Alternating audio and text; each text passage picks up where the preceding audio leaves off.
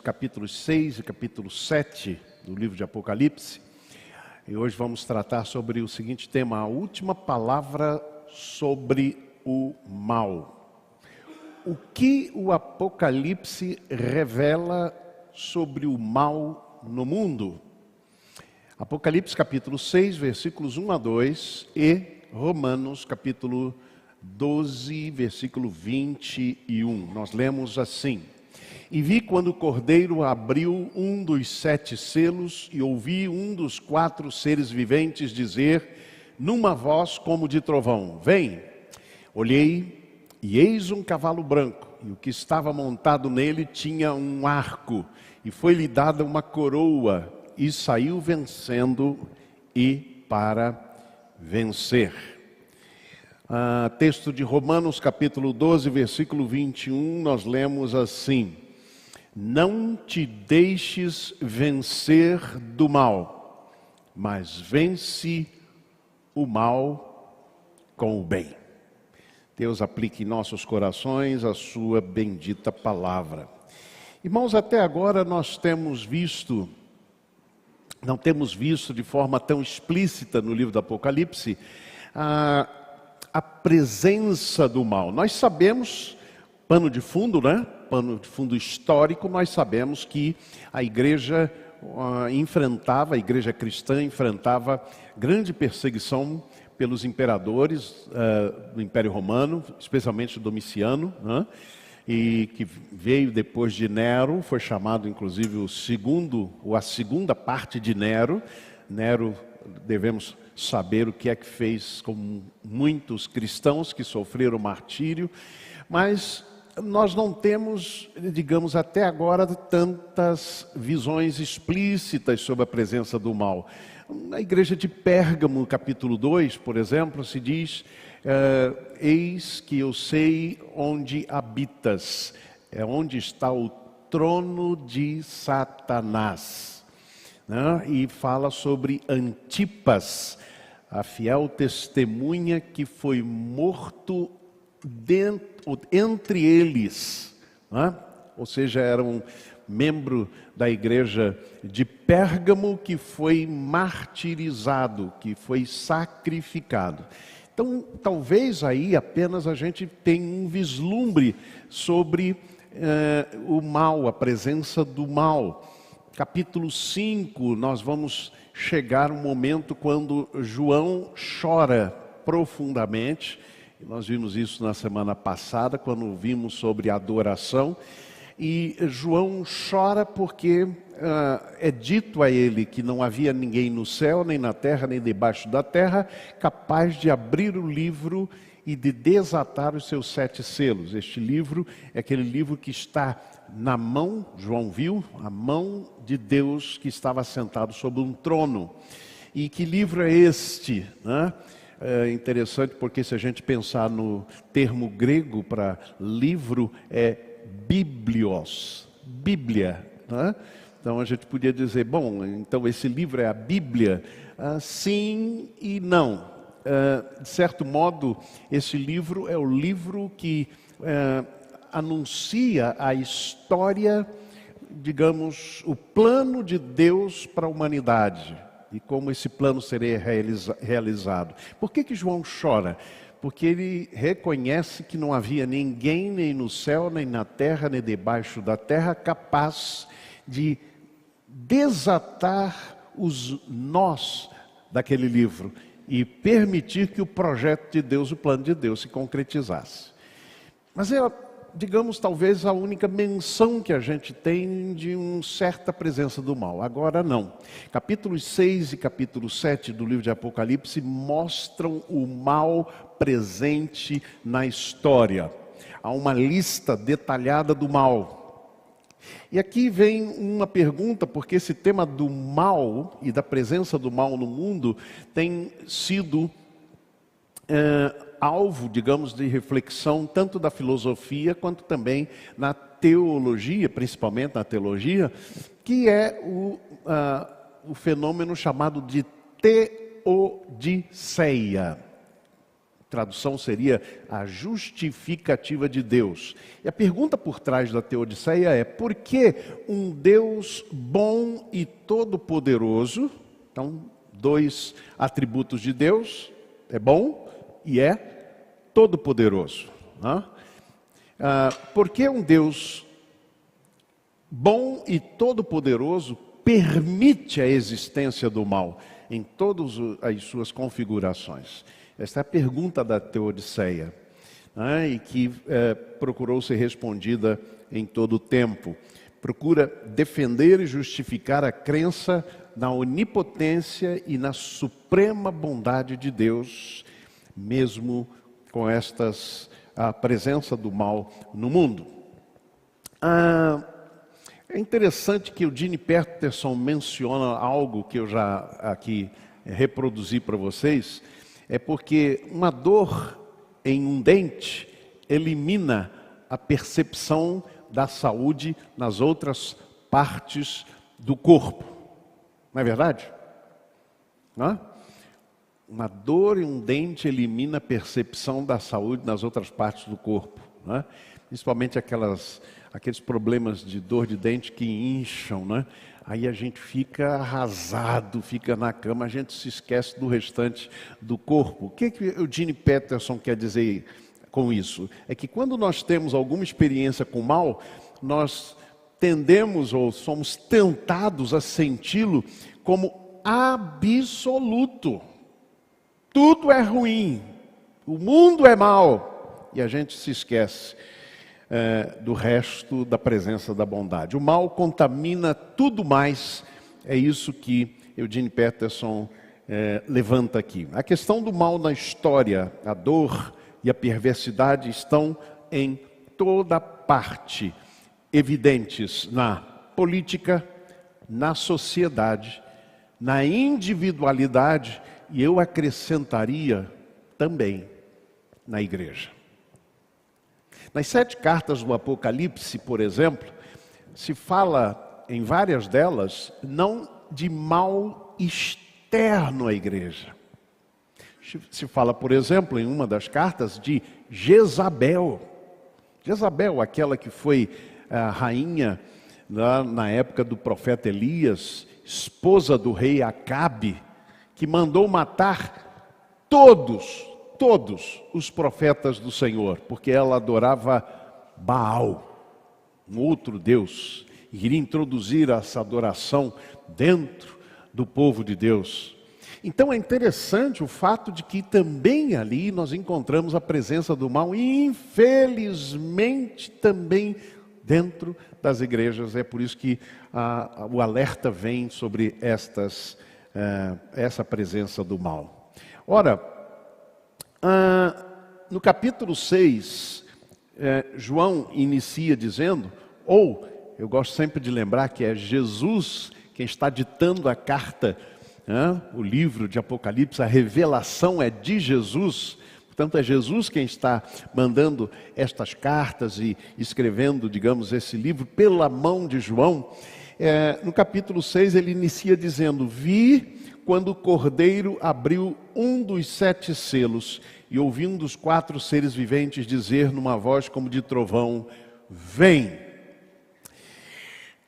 A mensagem de Deus frente ao mal no mundo é, portanto, aberta e revelada em 7 tópicos, ou 7 selos. Nós não vamos aqui destrinchar tanto esses selos, mas o que a mensagem de Deus, revelada por Jesus, tem a ensinar sobre o mal no mundo? O que a gente pode aprender sobre a presença do mal no mundo? Não esqueçam, ele está presente e atuante, às vezes de modo disfarçado.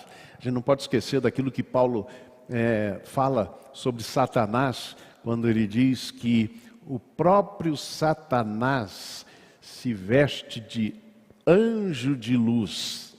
Anjo de luz. Anjo de luz, imagine. Alguém pode ter uma visão de um anjo de luz e dizer, oh, glória a Deus. Mas o próprio Satanás se reveste. Olha o desafio que nós temos, irmãos, de perceber a presença do mal, mesmo em alguns aparentemente anjos de luz. Pois bem, o que é que a Bíblia tem a nos dizer sobre isso? Em primeiro lugar, a palavra de Deus revela as cores do mal. Por favor, esqueçam as cores que são usadas em partidos, etc., políticos, etc., tá? Aqui nós vamos falar das cores dos cavalos do Apocalipse. E vocês já vão entender o que eu estou querendo dizer. É porque o mal não é monopólio de ninguém, de nenhum grupo específico, de nenhum partido político, de nenhuma ideologia política, porque o mal está presente onde a gente nem imagina, mas está presente em todo lugar. Satanás não vê limites, meus amados irmãos, ele não estabelece limites. Quem já leu o livro de C.S. Lewis, não é? Carta do Diabo aos seus diabinhos, não é? Ou tem outra tradução aí, mas enfim, Carta do Diabo aos seus diabinhos, ou ao seu diabinho, né? É um livro muito interessante porque mostra, né, um enviado, um mensageiro de Satanás dentro da igreja. E como é que ele devia agir para que as pessoas nem percebessem que ele era enviado de Satanás. Não sei se vocês se lembram, mas aconteceu aqui em Brasília, numa igreja evangélica, lá da Zanorte, me parece que era Vida Nova, uma coisa assim. Aconteceu, não sei se vocês sabem, mas existe uma igreja que se autodenomina Igreja de Satanás. Sabem disso? Que existe mesmo? E adoram mesmo Satanás, etc. Está presente no Brasil. E, pois bem, eles têm missionários. Eles têm missionários. E um desses missionários foi enviado para esta igreja lá. Conhecia, não sei se ainda está lá, mas eu conhecia inclusive a pastora, me fugiu agora o nome dela, que era parente de uma inclusive, uma irmã batista, amiga nossa. Mas enfim, ele foi enviado para lá, para entrar na igreja, para gravar dentro do gabinete pastoral as conversas dele, para ver se pegava o pastor em alguma cilada. E ele foi enviado para isso. Depois de algum tempo, ele escreveu uma carta longa, mandou para muita gente, e depois você pode pesquisar pelo Google, provavelmente você vai encontrar ainda essa carta. E lá então ele dizia: ô pastor fulano de tal, o senhor se lembra, tal dia eu fui lá, o senhor abriu o gabinete, eu disse, eu quero ser membro dessa igreja. O senhor disse, pode vir, bem-vindo. O senhor se lembra disso, pastor? E ele foi então descrevendo como ele fez um ataque ferrenho àquela igreja. Então, a presença do mal não está apenas externamente, não é monopólio de ninguém, porque também está presente na igreja. A Bíblia vai dizer de Judas, um dos 12, Satanás entrou nele. Mas quem podia imaginar? Afinal de contas, ele era o tesoureiro. Não é? Então, são coisas assim que a gente precisa ter essa percepção. E a palavra de Deus vai nos revelar as cores do mal, como eu disse, insisto, não são monopólio de ninguém, porque estão presentes, o mal está presente em vários lugares. Quais são as manifestações do mal que nós encontramos aqui, representadas nestas cores? Capítulo 6, versículos 3 a 8. Primeira manifestação do mal, guerra. Guerra. Cavalo vermelho. Não é? Exatamente aí um dos aspectos que eu mencionei. Não é? Nada tem a ver com cor de algum partido aqui, até porque no Brasil o vermelho é a cor de um partido, digamos mais à esquerda. Nos Estados Unidos é a cor do partido mais à direita. Será que quem lê lá nos Estados Unidos vai ver isso aí? Então percebam, tem nada a ver com isso, tá? Vamos para frente. A fome era o cavalo preto, representado no cavalo preto. E a enfermidade mortal é o cavalo amarelo. Vejam, portanto, o que nós temos aqui. Vejam. Quando eu vi o cordeiro abrir um dos sete selos e ouvi um dos 4 seres viventes dizendo como se fosse voz de trovão, vem. Vi então, e eis um cavalo branco e o seu cavaleiro com um arco. Depois a gente volta ao cavalo branco. Quando abriu o segundo selo, eu ouvi o segundo ser vivente dizendo, vem, e saiu outro cavalo, vermelho. E o seu cavaleiro foi-lhe dado tirar a paz da terra, para que os homens se matassem uns aos outros. Também lhe foi dada uma grande espada. Leia-se, uma grande arma.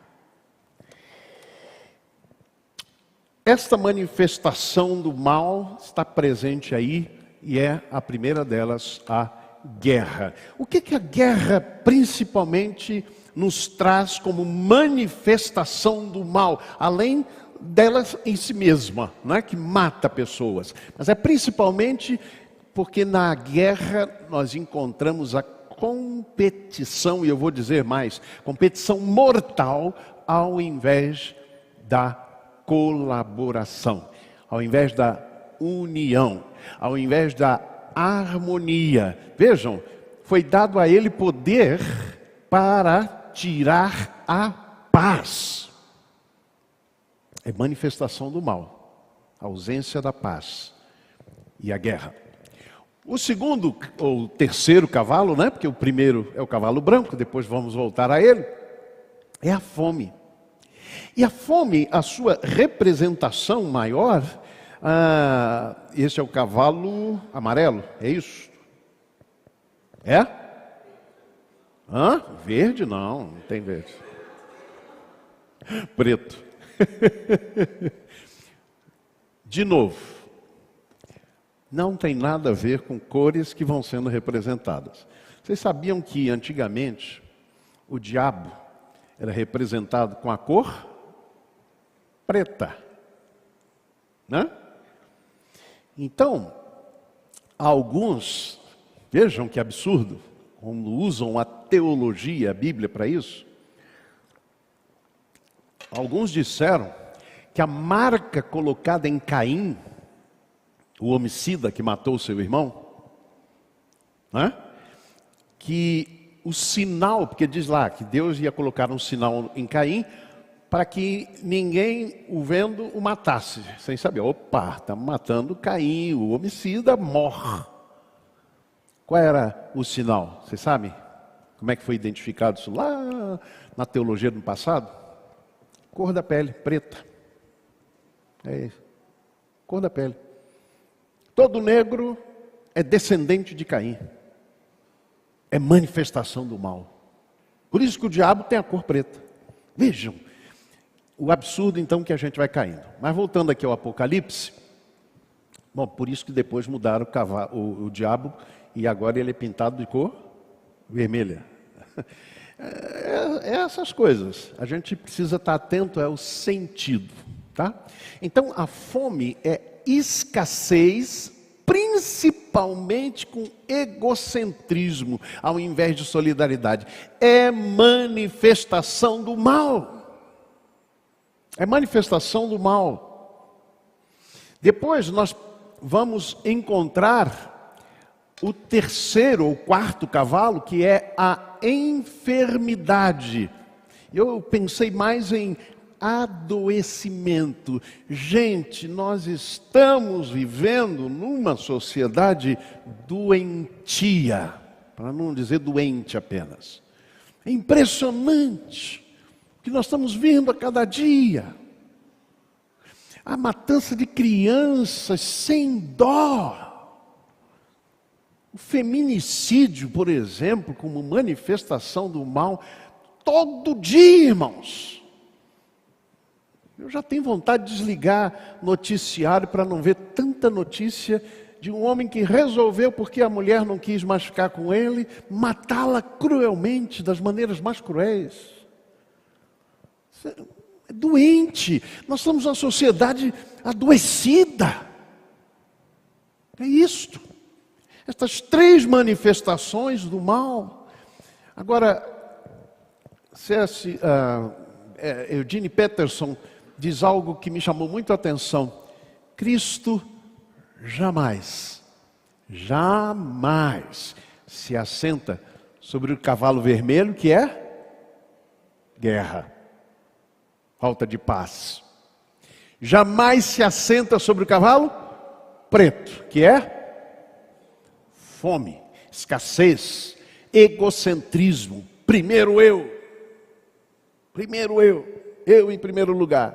Vimos isso domingo passado à noite, quando estudamos sobre o homem à beira do poço de Betesda, né? Que depois de tantos anos ele tinha uma doença interior, que não podia detectar, e que a gente diz, tadinho, está 38 anos aí, sim. Mas ele acabou se contaminando com o mal, a ponto dele dizer, olha, o anjo vem, movimenta a água, aí vem alguém e leva outro antes de mim. Antes de mim. Eu primeiro. Essa é a nossa visão. Eu em primeiro lugar. Depois, se sobrar, os outros. Esse egocentrismo está presente. Cristo jamais se assenta sobre o cavalo preto, mas também não se assenta sobre o cavalo amarelo, que é a enfermidade. A enfermidade e a doença na qual estamos percebendo na presença deste mundo. Estas são as dimensões do mal e manifestações do mal. Mas em segundo lugar, esse texto me chama a atenção sobre o fato de que Cristo se coloca como primeiro no campo de batalha. E aí podemos agora voltar ao cavalo branco. Vi quando o cordeiro abriu um dos 7 selos e ouvi um dos 4 seres viventes dizendo, como se fosse voz de trovão, vem. Vi então, e eis um cavalo branco, o seu cavaleiro com um arco, e foi-lhe dada uma coroa, e saiu vencendo e para vencer. Amém? Meus amados irmãos, esta é uma expressão linda do Apocalipse. Lá no capítulo 19, verso 11, vai dizer, então vi o céu aberto, e apareceu um cavalo branco, e o cavaleiro chama-se Fiel e Verdadeiro. Ele julga e combate com justiça. Para aquele grupo de pessoas, de cristãos, que estavam sofrendo com o Império Romano, com a adoração do imperador sendo imposta. Quem não adorar o imperador, não se prostrar diante do imperador, vai morrer. É isso que eles estavam vivendo. João vem e anuncia e diz, olha, eu vi o céu aberto, eu vi um cavalo branco, e este que veio sobre o cavalo branco, veio vencendo e para vencer. Cristo é vitorioso sobre o todo o mal. É por isso que ele não se assenta nem no cavalo vermelho, nem no cavalo preto, sobre, né? O cavalo preto, nem sobre o cavalo amarelo. Jesus veio para vencer. Mas é um cavaleiro contra 3. Parece uma luta injusta, já que são 3 contra 1. Segundo a nossa percepção, impossível haver vitória.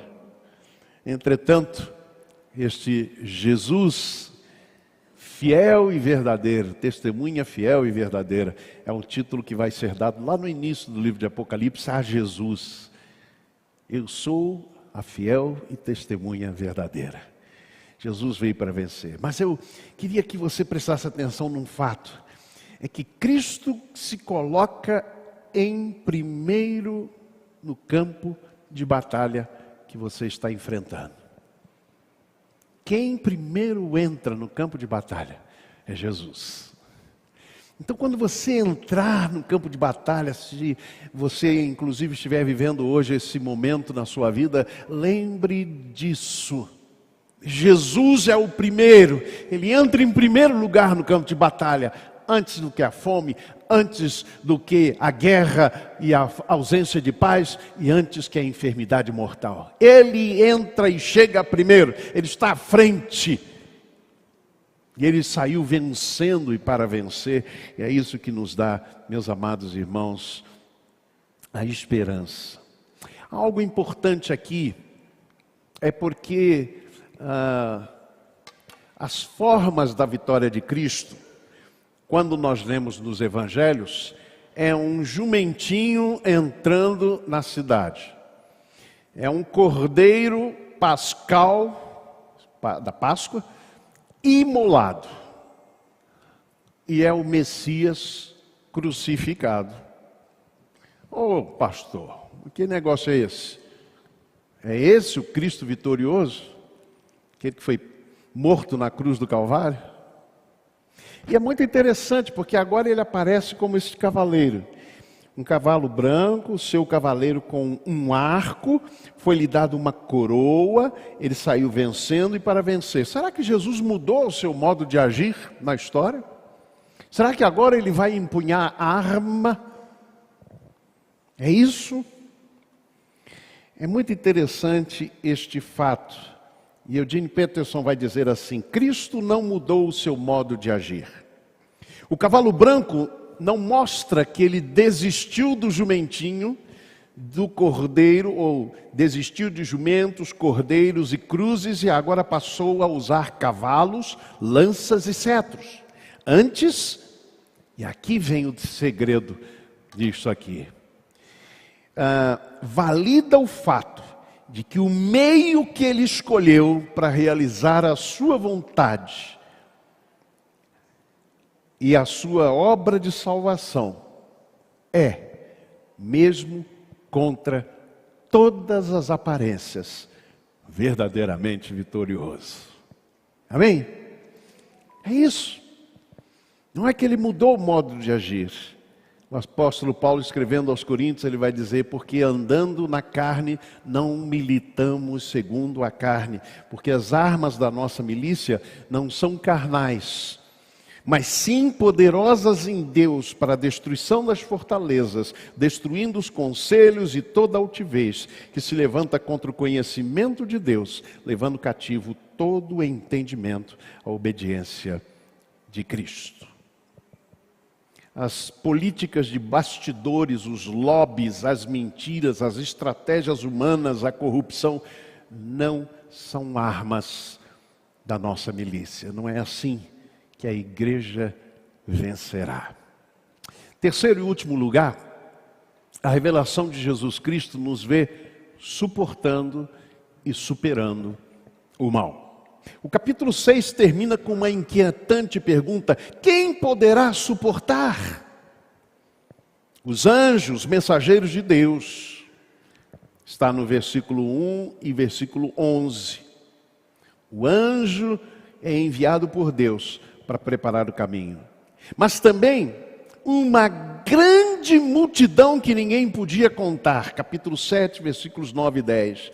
Depois destas coisas olhei, e eis uma grande multidão que ninguém podia contar, de todas as nações, tribos, povos e línguas, que estavam de pé diante do trono, e em presença do Cordeiro, trajando compridas vestes brancas, com palmas nas mãos, e clamavam com grande voz: salvação ao nosso Deus, que está sentado sobre o trono, e ao Cordeiro. Aparentemente minoria, mas vitoriosos por meio de Jesus Cristo. Amém? Às vezes, a Bíblia nos ensina que nós precisamos suportar o mal, aguentar firmes. Mas muitas vezes a Bíblia vai dizer que é suportando o mal que nós saímos vitoriosos sobre ele. Que a palavra de Deus nos revela, neste texto de Romanos capítulo 12, versículo 21, é que é o fundamental nesta luta entre o mal e Jesus Cristo, é que jamais a gente se deixe vencer pelo mal. O que isso quer dizer, irmãos? É que às vezes a gente entra num campo de batalha e aí nos parece que as nossas armas, oração, pregação do Evangelho, são tão frágeis diante das armas do inimigo, mentira, etc. Aí nos parece tão frágil, a gente não vai conseguir, a gente precisa dar um jeitinho, a gente precisa entrar no jogo da corrupção. Mas a Bíblia nos diz assim: não te deixes vencer com o mal, mas vence o mal com o bem, porque é o bem que está nas mãos de Jesus, o Cordeiro. Ele vai entrar no campo de batalha junto com você, mas nunca se esqueça, você precisa empunhar a arma do bem, não a arma do mal. Você precisa viver o bem e não o mal, e é só assim que Jesus vai caminhar junto com você.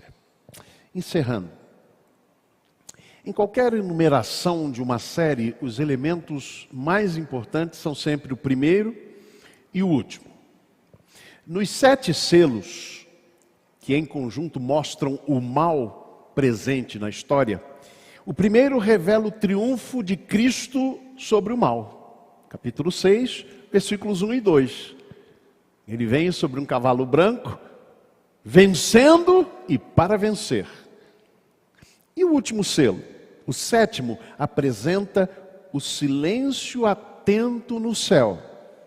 Aliás, quando a Bíblia diz que fez-se silêncio no céu, algumas pessoas maldosas vão dizer que algumas pessoas não vão para o céu porque houve silêncio, não é?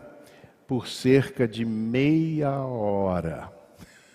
Tem gente que não consegue ficar em silêncio por meia hora, né?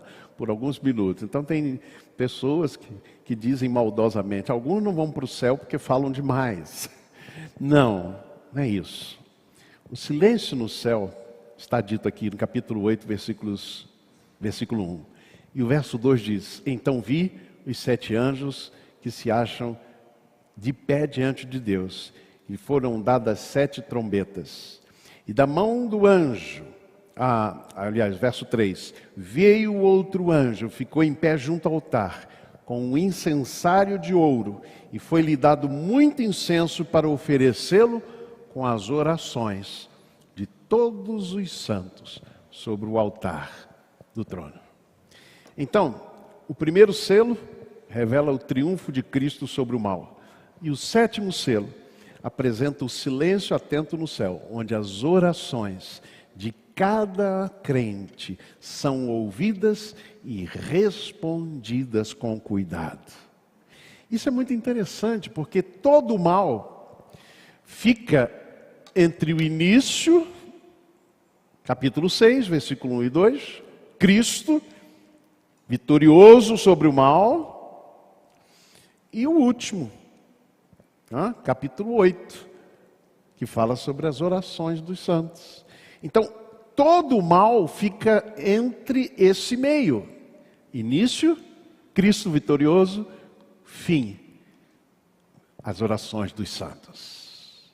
Ou seja, o mal está limitado entre esses 2 poderes, Cristo e as orações da igreja. Meus amados irmãos, o Apocalipse, ele não minimiza o mal. Ele não diz, não, isso é bobagem. Ele não minimiza, não. Ele diz que o mal é mal. E a gente tem que chamar o mal de mal. Não fica dando aparência desvirtuada. Ele não minimiza o mal, mas ele coloca o mal no seu devido lugar, enclausurado entre Cristo e as orações dos santos. Então, o Apocalipse não explica o mal, cerca-o. cercam Cristo e as orações. A nossa vitória sobre o mal já foi declarada por Jesus. Amém? Ela foi ganha por Jesus na cruz. Que jamais nos deixemos vencer do mal, mas que vençamos sempre o mal com o bem. Que Ele nos abençoe.